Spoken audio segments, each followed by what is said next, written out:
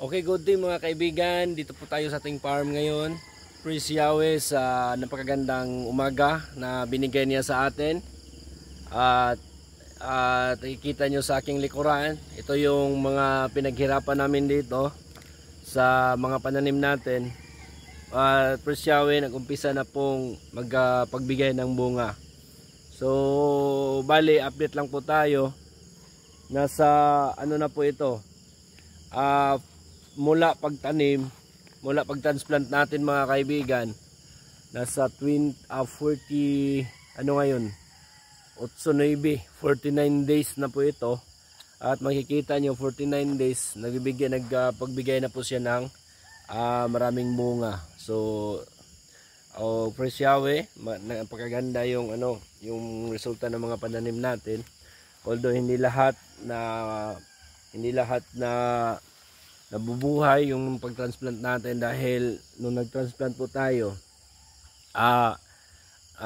sinalubong ng 3 araw na pag-ulan at hindi nakasurvive yung iba, na mamatay.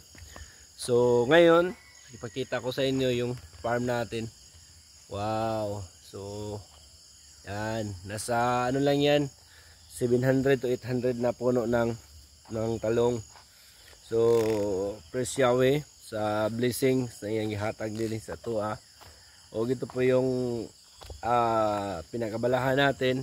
Alam niyo naman na ako isang farmer. Para sa akin talaga, kung ikukumpara yung trabaho at saka pagtatrabaho ng isang kumpanya at saka pagpa-farm, so mas piliin ko maging isang farmer.